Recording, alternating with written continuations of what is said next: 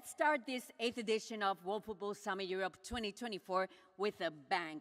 We have two key figures of the sport for the first discussion, and it's a real pleasure to have with us the president of La Liga, Mr. Javier Tebas, and also Alfredo Relaño from Diario AS. Es un auténtico placer arrancar esta octava edición con la presencia del presidente de la Liga, de don Javier Tebas, y también de Alfredo Relaño, que además de ser un reputado periodista deportivo, es el presidente de honor actualmente del Diario AS. Así que, bueno, va a ser en castellano, en español, este one-to-one, esta charla.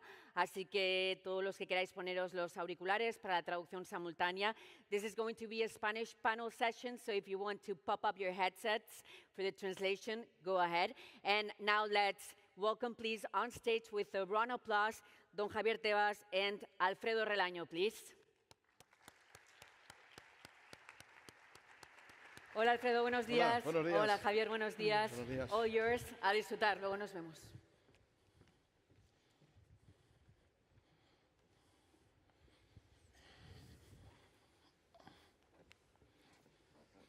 Empiezo yo. Buenos días a todos. Bueno, va a hablar sobre todo Javier Tebas. Mi papel aquí va a ser el de... Yo voy a ser Coutinho y él va a ser Pelé. Algunos conocedores del fútbol sabéis que Coutinho era el que le devolvía las paredes a Pelé. Se ponía la media luna, se movía poco y le devolvía las paredes a Pelé. Eso voy a hacer yo. Tebas es suficientemente locuaz como para llevar esto al solo. Iba a empezar preguntando, dentro de los problemas del fútbol del futuro, ¿cómo está ahora mismo la lucha contra la piratería audiovisual en España y en otros sitios? Bueno, yo creo que en primer lugar es el tema de la piratería, el fraude audiovisual, es el mayor reto con el que nos encontramos ahora en el mundo del fútbol, la industria del fútbol y la industria del deporte en general, y si ampliamos a la industria del entretenimiento, ¿no? Nunca había alcanzado unas cuotas tan altas el consumo ilegal de piratería, el consumo de la creatividad, en nuestro caso, de nuestros partidos y de las competiciones deportivas, ¿no? El gran problema que estamos teniendo en la actualidad, en mi opinión, es que no tenemos muy claro las víctimas o los que estamos afectados de cómo afrontar el problema sin conocer muy bien los actores que intervienen, ¿no? Yo estoy insistiendo mucho últimamente que el problema no solo es ese pirata que cuelga el partido para que a través de una IP se conecte el consumidor pirata, sino que también hay un problema importantísimo en todo el recorrido para que un consumidor pueda consumir producto pirata. En ese recorrido intervienen compañías muy importantes, ¿no? Desde Amazon con sus alojadores, desde Amazon Fire con el pincho, desde Cloudflare, que es un hosting muy importante de Estados Unidos que anonimiza las IPs. También están las compañías de mensajería, Telegram, WhatsApp, Discord, Signal, que es el lugar donde se dan a conocer los piratas, cómo se puede acceder a los links, las redes sociales. Actualmente tenemos un grave problema con X. Desde que llegó Elon Musk ha despedido a mucha gente y en piratería no queda prácticamente nadie. Y actualmente en X se retransmite contenido de todo tipo, de todo deporte y de no deporte, que es absolutamente ilegal, ¿no? Pero luego también llega la parte final, cómo el consumidor en sus smartphones puede acceder a ver la piratería en la smartphone, que luego hace un mirror a la televisión, ¿no? Y ahí nos encontramos con Google, ¿no? Google fundamentalmente, también nos podemos encontrar con Apple, pero en menor medida, y con algún otro tipo de compañía. Pero Google, sobre todo, en dos aspectos, ¿no? Es el propietario de Android. Android, como todos sabemos, es el sistema operativo de los teléfonos smartphone de mayor penetración. Un 70% del mercado es de Android, de iOS, que es de Apple, es un 30%. Y ahí la gente se baja aplicaciones que dan contenido ilegal. Y hay cientos de aplicaciones en la Play Store. Es verdad que Google las retira cuando denunciamos que esas aplicaciones son piratas, pero los consumidores ya se las han bajado a sus smartphones y las pueden seguir utilizando. Y son millones de consumidores. ¿Qué porcentaje de aficionados ven fútbol y qué ¿qué porcentaje de dinero posible de ingreso de televisión crees que se escapa al fútbol por ahí? Dos datos. Yo quiero solo acabar insistiendo que Google es el principal causante del problema de la piratería actual y que es una empresa que no está tomando las medidas adecuadas y que está siendo cómplice de la actuación de la piratería, del robo de propiedad. Nosotros estamos calculando, bueno, esto es con la coalición antipiratería y lo que estamos perdiendo fuera, la piratería está generando unos 600, 700 millones de euros menos de ingresos al fútbol español, ¿no? Hoy en España, y es una reciente encuesta realizada la semana pasada, 1 de cada 3 consumidores no paga por ver el fútbol. Pero hay países con muchísima más penetración de la piratería. Nosotros que somos fuertes en Latinoamérica con nuestros derechos de la Liga, pues en Argentina el 60% de la población no paga. En México el 60%, en casi toda esa zona supera el 50%. Pero nos encontramos países como Francia o dentro de Europa que están todos en más de un 25% de piratería que no paga por ver el fútbol. Y eso va en aumento, ¿no?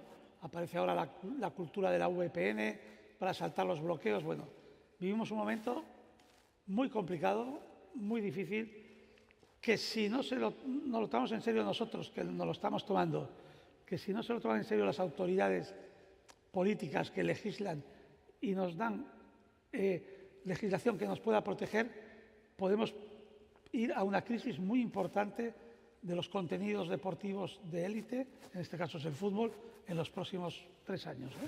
¿Y hay algún camino de mejoría en marcha o no? ¿O estamos topando con los Googles y con todo este mundo?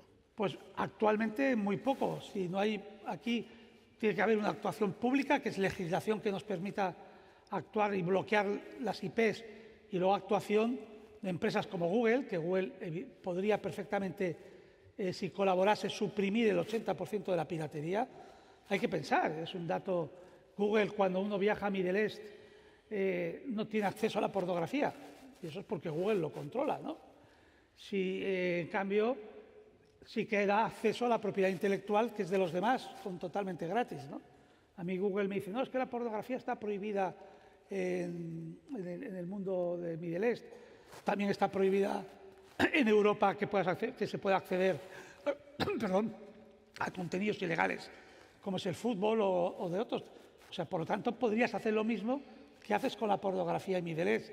Eso demuestra que no tiene voluntad de solucionar el problema, porque Google obtiene importantes ingresos con esa operativa a través de la publicidad, a través de Google Ads, que tiene, y lo mismo pasa en las aplicaciones. Podría retirar o declarar inservibles o inutilizar en sus teléfonos, en los celulares que tienen Android, cuando esas aplicaciones que acceden a ver contenido ilegal, y no lo está haciendo. Desde luego, Google es para mí actualmente la principal responsable. Hay más, Amazon con Amazon Fire, Apple también con las aplicaciones en menor medida, pero hoy Google es la principal responsable, que si colaborase, la piratería se reduciría en más de un 80%. Bueno, y por si entramos en optimismo, otro de los temas así que parece que existen vías de solución que preocupaban, o estoy equivocado, es el del doping financiero. Parece que en Inglaterra va habiendo reacciones. El PSG ya ha dejado salir a Mbappé, por así decirlo. Ya se ve que le ha parecido demasiado escandaloso malgastar, bueno, o gastar tanto dinero. Eso está en vías de solución y puede haber un equilibrio para que los clubs, que los nuestros son la mayoría, viven de lo que da la industria, peleen en condición de igualdad con esos cuantos que estaban sobrefinanciados. Vamos a ver, sí que hay vías de solución y vamos, no las definitivas ni las mejores, ¿no? Hay que pensar que todo el fair play financiero, incluso ahora que tenemos el tema del Manchester City, que se habla tanto del juicio, yo recuerdo en 2017 ya nosotros denunciamos ya al PSG, ¿no? Al poco tiempo fueron nuestras denuncias de la Liga al PSG y al Manchester City ante la UEFA, que fueron condenadas por UEFA, pero luego fueron absueltas por el TAS o el CAS en unas resoluciones bastante extrañas, en mi modo de opinar. Sí que es verdad que actualmente hay una corriente, vemos en Inglaterra que ha habido ya sanciones por puntos, que está el tema del Manchester City, que está el gobierno con el órgano regulador que quiere regular que no ocurran los dispendios económicos que está ocurriendo en la Premier. Alemania siempre ha estado en una línea correcta. vemos Italia y Francia que no van en la línea correcta, y entonces el problema que tenemos hoy todavía es que no hay una homogeneización en Europa para los fair play financieros, lo que hace que ciertos equipos o ciertos clubes de países tengan unas ventajas competitivas. Pero va por el camino, hay un nuevo fair play de UEFA que se está implantando gradualmente, que este es el segundo año, vamos a ver los efectos que tiene. Yo creo que es correcto, le faltan algunas cosas que a la Liga consideramos que debían estar, pero bueno, por lo menos ya se habla de verdad de esto, por lo menos se sanciona en Inglaterra de verdad, por lo menos ha habido sanciones en UEFA, y una cosa importante es que todo el mundo entiende que tiene que haber un control económico, porque si no esto era un dispendio, ¿no? En la ECA ha contribuido a eso, se habla en el seno de la ECA también de eso. Bueno, Se yo no soy empujan de la- unos a otros porque se meten todos en un cuarto y supongo que se podrán imputar unos a otros los que, digamos, hacen trampa, ¿no? no soy de la ECA, porque la Liga no Pero pertenece tienes amigos, algún amigo tienes en la ECA, ¿no? Bueno, está Miguel Ángel Gil, Joaquín Perrabay, el Boar, y luego Nasser Al-Khelaifi preside la ECA, ¿no? Yo creo que la ECA tiene que ser más estricta en ese tema del fair play financiero, ¿no? Yo creo que la ECA está dominada en su board por los 20 clubes más ricos de Europa o los que más ingresos tienen, y se mira más cuando hablan con UEFA para el fair play financiero, se mira más en su situación que intentar que sean unas normas que den sostenibilidad a todo el fútbol europeo. Por eso son lo que hablaba antes, que faltan cosas que todavía hay que poner. Esperemos que la ECA entienda este camino, que es un camino necesario, porque si no, pues si no hay sostenibilidad en el fútbol europeo, con el volumen de dinero que se maneja, tendríamos pues quiebras de muchos clubes, quiebras de ligas, o lo que no podemos tener, por ejemplo, competiciones como la Liga Francesa o la Liga Italiana, que pierden por temporada en su conjunto, en su primera categoría, más de 1.000 millones de euros, ¿no? Es muchísimo dinero cuando la Bundesliga o nosotros o no perdemos, o perdemos en global 50, 60 millones o ganamos 50 o 60, pero no en esos volúmenes que es imposible, ¿no? ¿Cómo se llevan la ECA y las ligas? ¿Eh? ¿Cómo se llevan la ECA y las ligas? ¿Hay algún, Bueno, digamos, algún modo de trato, de reuniones, algún sistema, algún ritmo o no? ¿O simplemente a través de declaraciones así más o menos Bueno, yo creo intempestivas? yo creo que son, bueno, más que intempestiva. Primero, en Europa existe una asociación de ligas europeas que es Europa League, donde la Liga Española nos salimos ya hace más de un año, ¿no? Porque consideramos que no se trabajaba correctamente en defensa de las ligas, y de tanto pequeñas como medianas, y que no se trabajaba correctamente en toda la aparición de nuevas competiciones, no se trabajaba correctamente en el tema del fair play financiero que había que hacer en UEFA. Bueno, a partir de ahí, pues ¿cómo se llevan? Pues Europa League se lleva. El actual presidente Pedro Proensa pues acude a todos los actos de ECA en la alfombra roja, ¿no? Y se hace muchas fotos con Al-Khelaifi, hay una buena relación. Que me gustaría que esa relación, que no está mal, fuese de hechos concretos, que he hecho bastante de menos todavía en el desarrollo del fútbol. Y luego están nosotros que, pues bueno, que tenemos amor y odio con la ECA. Hay momentos que, cuando hacen las cosas que creemos que son correctas para nuestras competiciones nacionales, apoyamos esas decisiones, pero otras veces que no son correctas esas decisiones, pues las criticamos y no nos importa que nos puedan atacar o no, porque eso suele ser la norma habitual que ocurre en estas instituciones. Cuando no estás con ellos, pues te atacan, ¿no? Pero bueno, nosotros actuamos con plena libertad. Ahora han hecho una que afecta a las ligas, afecta a todo, como ha hecho la FIFA, que ha sido en la modificación de la Champions, aunque está ya anunciada desde hace 3 años, coger más fechas, coger 2 fechas más para la fase primera, más 2 fechas más para los equipos que queden en la zona media. Al final son 4 fechas de las que las ligas no disponen, aparte de luego el impacto que vaya a tener el nuevo Mundial de la FIFA. En ese reparto de calendario, ¿qué hay? Eso es un porta-repatacapas. Cada uno mete los partidos que quiere no hay ninguna regulación. Si España quisiera de repente volver a hacer una Liga 22, ¿quién se iba a poner? Sí, ahora parece ¿En qué momento se puede empezar a hablar de trazar una línea y decir, bueno, tantas fechas para cada cosa, ¿no? Bueno, yo creo que en breve veremos acciones que se realizarán entre FIPRO y las ligas europeas y nosotros también, ¿no? Yo creo que es el momento de decir basta ya, ¿no? Sobre todo la llegada del Mundial de Club ha sido lo que todavía se ha cargado más el calendario, ¿no? Yo recuerdo, porque yo intervine en la negociación de la reforma de Champions, que ahora hablamos solo de 4 jornadas más. La ECA quería 8 jornadas más, si no recuerdo, que era imposible ya. Hubo que aceptar esto. Yo ya dije que era muy escéptico con el modelo, ¿no?, de competición, con el coger más fechas, porque no había más fechas, porque al final lo que se está buscando desde esas instituciones, sobre todo desde la FIFA, es que las ligas que tenemos 20 clubes reduzcamos nuestras competiciones, ¿no? Y eso no lo vamos a aceptar ni la Premier, ni la Liga Italiana, ni nosotros, ¿no?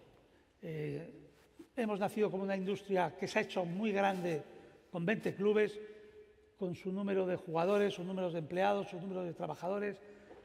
La industria son las ligas nacionales.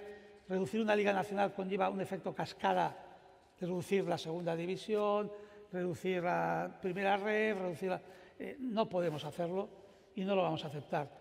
Además, este problema de sobresaturación del calendario no es un problema generado por las ligas nacionales. No, claro. Te iba a preguntar, ¿cuánto tiempo hace que está estabilizado más o menos el número de 20 en las principales?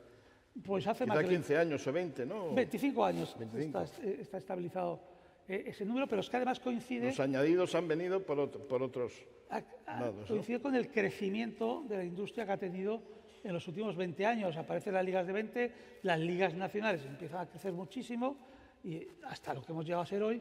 Y ahora, pues bueno, todo el mundo se piensa que para crecer la industria lo que hay que hacer es nuevas competiciones con más partidos. Pero además, esas nuevas competiciones reservadas a una serie de clubes que ya son los que más recaudan. Y si ahora les damos otras competiciones para que recauden más, van a desestructurar más, si cabe, las ligas nacionales. O sea, ahora, sí, pues el Mundial de Clubes, más dinero para los que van al Mundial de Clubes, compiten en nuestras competiciones, claro, pues más diferencias entre los clubes. Se está haciendo todo al revés de lo que se tendría que hacer, ¿no? Porque además todo ese dinero, lo he dicho muchas veces, que se está recaudando en estas competiciones, que va a ir a las ligas nacionales, a los clubes que juegan esas competiciones, perdón, a los grandes clubes, se entrega un 70% a los grandes jugadores. Y esos grandes jugadores, en vez de tener 5 Ferraris, van a tener 6, en vez de 5 casas van a tener 8. No estamos repartiendo la riqueza que genera la industria correctamente. Y no se hace con nuevas competiciones, es un error, o con nuevos formatos de competición. Se hace con un reequilibrio de los repartos con lo que hay, porque los nuevos formatos no generan, o las nuevas competiciones no generan más ingresos audiovisuales. No, no es verdad. Lo que están generando es unos vasos comunicantes. Si el Mundial de Clubs quitará dinero a las ligas nacionales. La nueva Champions League está quitando ya dinero a las ligas nacionales, porque son vasos comunicantes. Entonces, ¿Y quién puede reunir a 4 partes en una mesa? Digo 4 porque yo entiendo que por un lado son las ligas, por otro lado son los clubs que van a competiciones europeas, es decir, las competiciones europeas que tienen su calendario, por otro lado es la FIFA con las selecciones y por otro lado la FIFA con los clubs, que al final éramos pocos y el loro puso un huevo, ¿no? ¿Quién puede reunir y decir, oye, no se puede pasar de 60 partidos o no se puede pasar del número que sea? Aquí debería ser FIFA. Pero es justo FIFA la que ha metido el último extravío. Pero sí, pero además FIFA, en la sentencia de la Superliga, una de las cosas positivas de la sentencia de la Superliga, habla que todo el tema de competiciones tiene que tener acuerdos con los agentes, con los stakeholders que participamos, y tiene que tener acuerdos con las ligas, con el sindicato de los jugadores. Hablo de acuerdos, no de consultas, ¿no?, que es una palabra que utiliza mucho FIFA. Es que hay que tener consultas, no, acuerdos. Y en la mesa debería ser ahí, como no es posible, porque se ha intentado. Hay un Foro Mundial de Ligas, ha intentado reunirse con Infantino para hablar de todo eso. Ha habido alguna reunión, pero no han hecho ni caso. Por lo tanto, yo creo que esto al final va a acabar judicializado.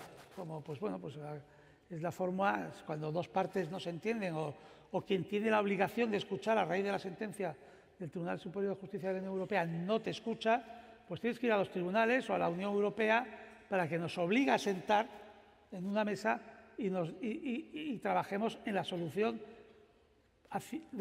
ya no de hacer las competiciones, de la industria en general que genera miles de puestos de trabajo. Yo tengo que recordar siempre, en Europa hay más de 52.000 jugadores profesionales de fútbol.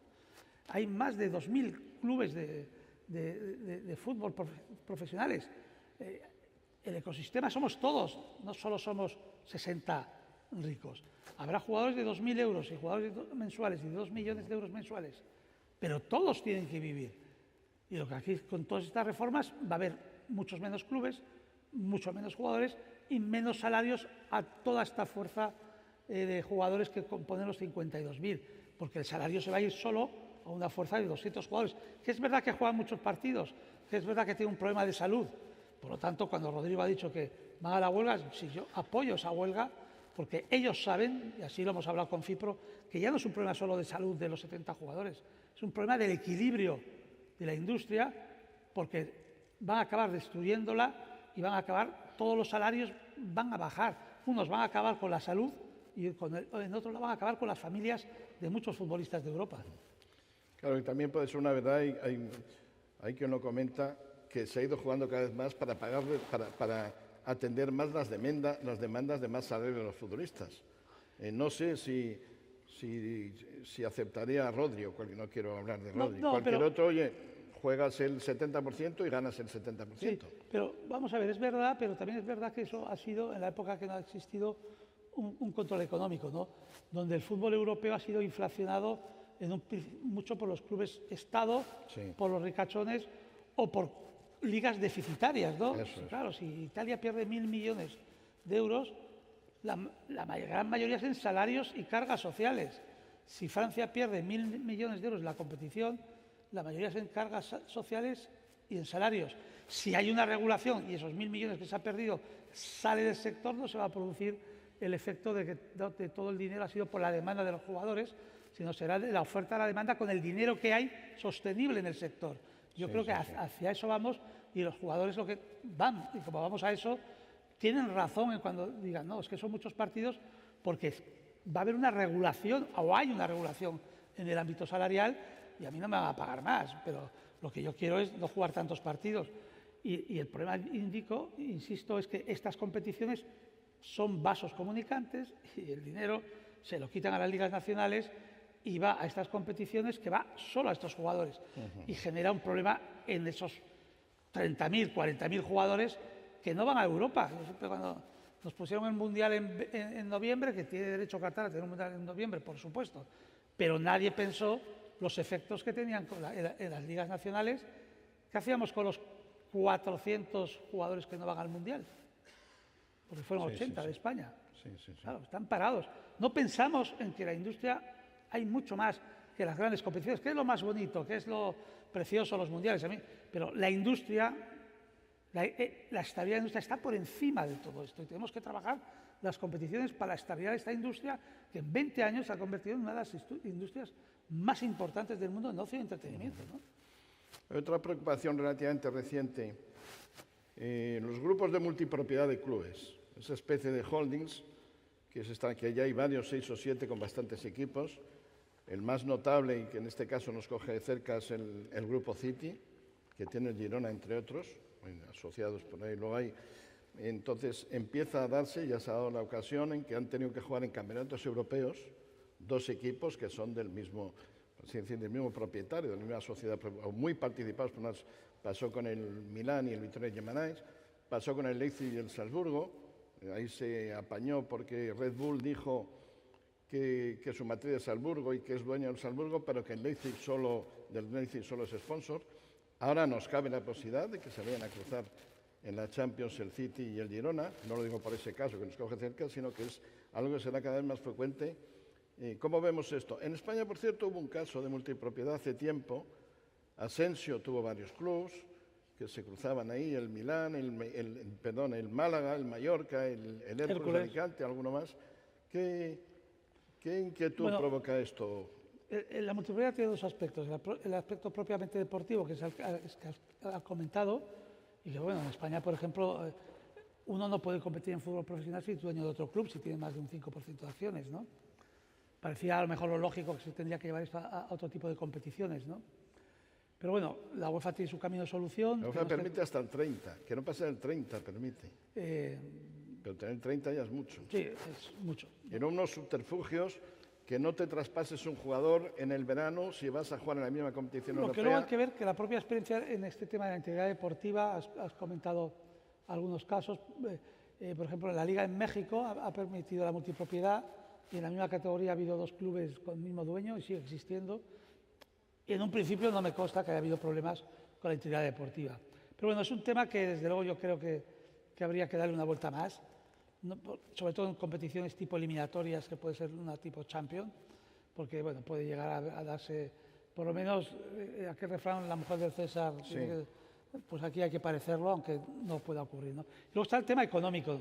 Y el tema económico hay que vigilar mucho las operaciones de transacciones entre clubes vinculados, ¿no? Igual que en el ámbito mercantil normal la legislación no pide ciertos informes cuando las operaciones son vinculadas, pues también en este caso pues hay que mirar mucho más esas operaciones vinculadas. Estaba leyendo ayer que entre clubes de grupos no ha habido muchas operaciones este año, no ha habido muchas operaciones. Nosotros tenemos especial atención al caso del Girona desde el primer momento, en las operaciones que pueda hacer con el City. El primer año fue un año difícil, donde hubo que llamar la atención respecto a varias operaciones que quería hacer el City con el Girona, se tuvieron que echar atrás las operaciones, pero después ya no hemos vuelto a tener problema con el City. ¿Por qué se pueden falsear balances y cosas de esas? No me figuro. Bueno, precios de transferencias. Precios de transferencia incluso. Los préstamos también, el valor del préstamo, pues esas cuestiones son los bonus, pero todo eso en España lo miramos mucho, lo tenemos muy regulado y a veces, por poder el City, no es el City, puede poner un valor, pero el órgano de control económico pone otro valor mayor a esa operación que le consume masa salarial que al que parece la operación. O sea, nos pasa con grupos, nos ha pasado con el City, nos ha pasado este verano con el Pachuca y el Oviedo, ¿no? O sea, que pertenecen al mismo grupo, porque puede resultar muy fácil firmar un jugador de valor X, por ejemplo, en México, y mandarlo a Oviedo por X menos, ¿no? Pues eso también lo hemos vigilado, eso se vigila. No digo que lo haya hecho, digo que puede ser, pero vigilamos mucho todo ese tipo de operaciones, pero incluso sin estar vinculadas, también vigilamos, a veces por criterios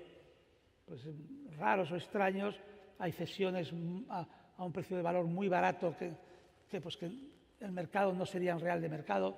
Pero bueno, pues en multipropiedad hay que vigilar mucho el tema económico y el tema deportivo, pues ya te da una inversión, ¿no? Otro tema te quería plantear.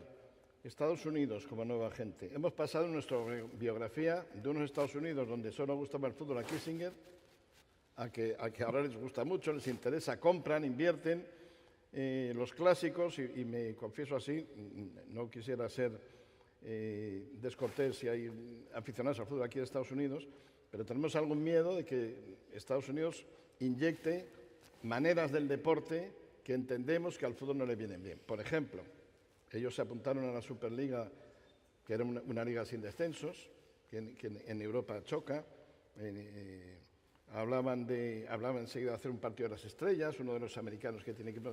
Se dieron cuenta que estaban a contramano cuando la Superliga... Se tuvieron que bajar la Superliga porque la gente salió a la calle y salió desde la Corona al jefe, pero sobre todo la gente que cortó el autobús del Chelsea. ¿Qué tenemos que agradecer o que temer de la presencia de una potencia mundial como Estados Unidos en el fútbol? Primero, yo creo que a nivel de deporte, no solo el fútbol, ellos tienen su cultura de deporte muy arraigada y no es una cultura que se pueda trasladar a Europa y por eso se vio la Superliga. La cultura de las ligas cerradas es americana y aquí no existe. Hay que pensar que en Estados Unidos no existe el fútbol base federado prácticamente, sino eso está dedicado a las universidades. Entonces, tiene otro proyecto de cómo se llega a desempeñar la labor del deporte profesional, ¿no? Entonces es muy difícil que que puedan implantarse sistemas europeos de ascensos y descensos, ni que el de ellos sea trasladable a Europa, a pesar de ahora variantes de la Superliga que ahora tiene ascensos y descensos, ¿no? Pero bueno, Estados Unidos le queda por recorrer. Hay que pensar que Estados Unidos es una población de 300 millones, pero tiene otros deportes profesionales a un nivel muy fuerte de la industria y hay sitio para todos, pero es difícil que el fútbol llegue a ese nivel. Para llegar a ese nivel, Estados Unidos tendría que ser el fútbol durante un tiempo, no vale ganar un mundial, tendría que ganar varios mundiales para que el fútbol llegue mucho más a la capa social y despierte muchísimo más interés. Porque si vamos a la NFL, son los mejores del mundo, porque solo hay NFL en Estados Unidos. El béisbol es verdad que hay más en el mundo, pero le llaman las series mundiales. No, son todo series mundiales. La NBA, pues bueno, es única en el mundo del baloncesto, aunque hay otras ligas nacionales, pero está a ese nivel. La NFL de hielo, ¿no? Las más grandes, pues son las mejores del mundo, ¿no? Es difícil cambiar la cultura del aficionado mayoritario en Estados Unidos, que ya tiene 4 competiciones y que se dividen entre las 4, es una finca, quinta coja un hueco. Sí. A ese nivel podrá hacerlo, pero yo creo que no está, le faltan muchos títulos, mucho tiempo para conseguirlo. Hay un tema que nos martiriza aquí continuamente, que es el del racismo. Parece que en lo que se refiere a España esté más en vías de solución, pienso que desde Vinicius, a pesar de todos los cargos que se le pueden hacer y se le hace, señaló con el dedo a uno en Valencia, pues ha cambiado un poco la actitud general de la sociedad. Antes las demandas las ponías tú, no las seguía ni el Madrid, los jueces las tiraban a la papelera. A nadie le incomodaba que un compañero de asiento en el estadio dijera barbaridades, y ahora de repente, pues empieza eso. Eso está mejor en vías de solución. Aunque todavía se ve que todavía hay chispazos de algún gamba que hace y dice en un campo y que... Bueno, lo importante del tema de Vinicius, que causó aquel momento, ¿no? Porque no me gustaría decir un terremoto porque no es la expresión, ¿no? Catarsis sería. Una catarsis, sí. Nosotros veníamos ya hacía muchos años con el tema del racismo, el caso de Iñaki Williams, en Barcelona, Capo, creo que fue el Cádiz. Llevamos ya más de 30 denuncias por temas de racismo. Lo que hizo fue mayor concienciación de más sectores públicos y privados en el tema del racismo. Nosotros ya lo teníamos, pero eso creó mucho más, ¿no? Desde el ámbito político, desde el ámbito privado ciudadano, oye, esto no puede ser, vamos a implicarnos mucho más en el cambio, ¿no? Y eso ha hecho que pues, desde la clase política pues, haya mucha mayor campaña, haya acuerdos público-privados con la Liga para campañas contra el racismo. Y bueno, yo lo primero, por eso digo, la catarsis viene en que se ha decidido trabajar aún más en la lucha del racismo y así lo estamos haciendo.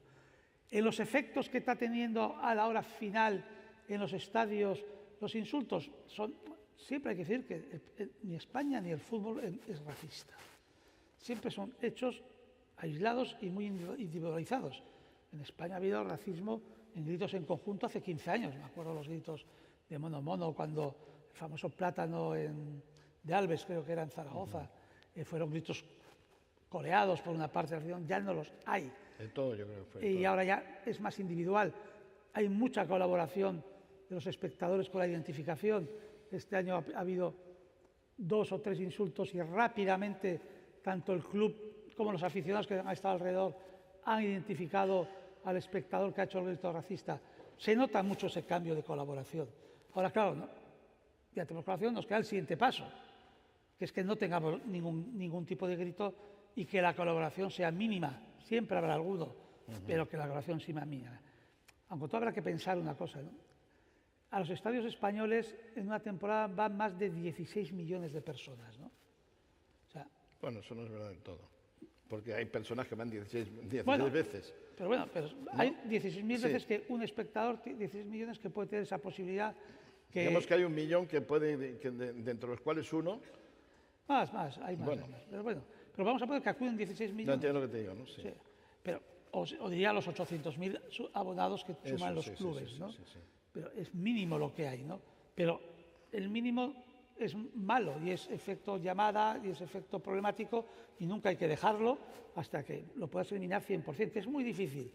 Pero, bueno, por lo tanto, desde el caso Vinicius hay mucha más conciencia pública y ciudadana de trabajar y los efectos están que hay mucha más conciencia, se está viendo que hay más porque se está identificando con muchísima mayor facilidad los que están gritando y los que están haciendo. A veces ya no nos hace falta ni las cámaras de televisión, ya nos viene dicho, son estos y estos. Estamos a 6 minutos de final y hay dos temas más que te quería preguntar. Uno que me amarga a mí, ¿en qué manos está el reglamento? Y otro, ¿cómo es la convivencia del fútbol con las redes sociales en términos generales? ¿Y en qué manos está el reglamento? ¿Por qué no sabemos ya lo que es mano? Y lo sabíamos cuando jugábamos en el parque con 12 años, sabemos todo lo que es mano y ahora no lo sabemos. Bueno, todo el tema del fútbol, el que manda es la IFAB, ¿no? Y el que manda, que es una especie de Vaticano del fútbol, ¿no? Donde, por ejemplo, Escocia está Inglaterra. Pero les ha dado por cambiar durante mucho tiempo, felizmente, todo el siglo pasado apenas lo tocaron. Sí, sí, no, el reglamento se elaboró desde que se crea el fútbol en 1863 hasta el 30 de este siglo, se cambió muchísimo. Y luego ya estaba, a juicio de muchos, perfecto, y ahora de repente hay un vértigo raro. Yo ya, si es por las aplicaciones del reglamento, ya no tanto por el tema del reglamento en sí. Yo lo que pienso, y así lo manifiesto, o sea que tampoco lo puedo decir muchas veces, porque se puede enfadar, si tú ves que una cosa no funciona, oye, es que los clubes no están muy contentos, los jugadores no están muy contentos, los medios no están muy contentos. Nadie está contento. ¿Por qué seguimos haciendo lo mismo en la formación? ¿Por qué seguimos haciendo lo mismo en la preparación del partido? ¿Por qué? Oye, algo habrá que cambiar, ¿no? Es igual que en racismo hemos tenido que cambiar, ¿no? Hemos buscado, pues algo habrá que cambiar, algo diferente. En eso yo no digo que sean buenos o malos los árbitros, yo creo que con los mismos árbitros, cambiando los sistemas de preparación técnica, física, todo, se puede intentar tener otro tipo de objetivos, ¿no? Es lo que hacemos todas las compañías o todas las empresas, ¿no? Si los objetivos no van saliendo, no vas a seguir haciendo lo mismo. Intenta cambiarlo, ¿no? Es lo que hay, ¿no? En el ámbito de preguntar a las redes sociales, que para nosotros es un tema estratégico, está en el plan impulso en los clubes, porque nosotros, los clubes que no son los grandes clubes españoles... Por cierto, mezclando las dos cosas, ayer he tenido noticia de que el fiscal pide, me parece que son 60.000 euros a un gamba pero que cambian la palabra gamba, no es que traducen esto en inglés, a un idiota, por insultos reiterados a Vinicius, insultos racistas, 60.000. A mí ya me gustaría, lo digo, que tuviera que pagar esa multa para que los tontos... No, me parece muy bien, además, yo creo que abre un camino muy importante porque en las redes sociales todavía hay menos racismo porque también tenemos MUF, que es una herramienta que controla todos los insultos racistas que hay en redes sociales los fines de semana. Ha disminuido muchísimo en la temporada pasada, pero bueno, sigue habiendo y hay que sancionar y hay que hacer una buena y una dura sanción, ¿no? Pero lo que te iba diciendo de redes sociales, nosotros tenemos, como en el plan estratégico de los clubes, los temas de las redes sociales, porque tenemos un déficit muy importante en aquellos clubes que no son los dos clubes grandes, ¿no? Si nosotros quitamos los dos clubes grandes de la Premier y los dos clubes grandes de la Liga, el resto de clubes tiene 500 millones menos de seguidores que los mismos de la Premier, ¿no? Claro, 500 millones de seguidores es que se habla muchas menos de ti, te conocen mucho menos y claro, si tú quieres conocer tu competición y quieres competir con la Premier, tendrás que crecer en esos 500 millones. Es que si no, nunca alcanzaremos o nos acercaremos a la Premier, ¿no? Y estamos trabajando esa cuestión mucho. De hecho, mañana anunciaremos un acuerdo con TikTok para que es una colaboración en creatividades para que nuestros embajadores, la gente vinculada a la Liga, tenga el asesoramiento y el trabajo correcto que los especialistas de TikTok nos puedan hacer para seguir creciendo en redes sociales. Nosotros como Liga sí que hemos hecho los deberes. Nosotros tenemos 230 millones de seguidores, la Premier tiene algo menos, 220, pero los que nos faltan de hacer los deberes y hay que trabajar mucho son los clubes. Y lo digo muchas veces, y no digo en este caso los dos grandes, Madrid y Barcelona, tienen los deberes hechos, pero el resto de clubes, los 18 restantes en los que se van cambiando, si no crecemos 500 millones de seguidores, que son los que tienen los otros 18 clubes de la Premier, nunca podremos acercarnos a la Premier, nunca, porque no hablan de nosotros, se habla menos en todos los países donde están, hay menos viralidad, menos interactuación, Y eso hace que, si hablan menos de ti, pues te verán menos que ti. Si te ven menos que a ti, pues tus derechos valdrán menos. Y esa es una de las causas que nuestro valor puede ser inferior de la Premier League. En algunas partes del mundo hay muchas más causas, pero en algunas esa, y hay que trabajarlo mucho más. Tenemos una liga dual o bipolar, como tenemos un país bipolar, porque la segunda ciudad, que es Barcelona, está muy, muy por encima de la tercera, que puede ser Sevilla, Bilbao, Valencia, Execuo, más o menos, no sé, pero es un diformismo que hay en este país, que claro, en la liga, y a la liga le viene bien, porque hay dos super equipos que siempre están, pero al mismo tiempo achica el... Bueno, pero el tema bipolar, hay otros que la tienen unipolar, ¿no? La Premier lleva, de las últimas 7 temporadas, 6 ha ganado el City, ¿eh? Ahora lo manda el juez, a ver si el juez les corta las piernas. Veremos, ¿no? pero bueno, pero te quiero decir que tanto es la Premier siempre que la competitividad de la Premier que nos decían, pues lleva las 6 últimas, ¿no? Alemania, bueno, yo creo que ha habido incursiones importantes que no han hecho que hayan ganado la competición, pero que han hecho una competición muy importante, que ha sido el Girona, el Atlético de Madrid, la Real Sociedad.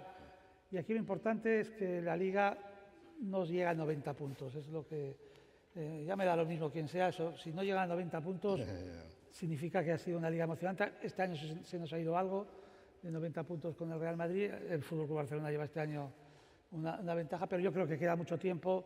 Y como vemos, el mundo de las lesiones y por el primer año con la nueva versión de Champions va a ser una competición, yo incluso creo que rara a la hora de las rotaciones, de las lesiones, que va a ser nueva para verla, ¿no?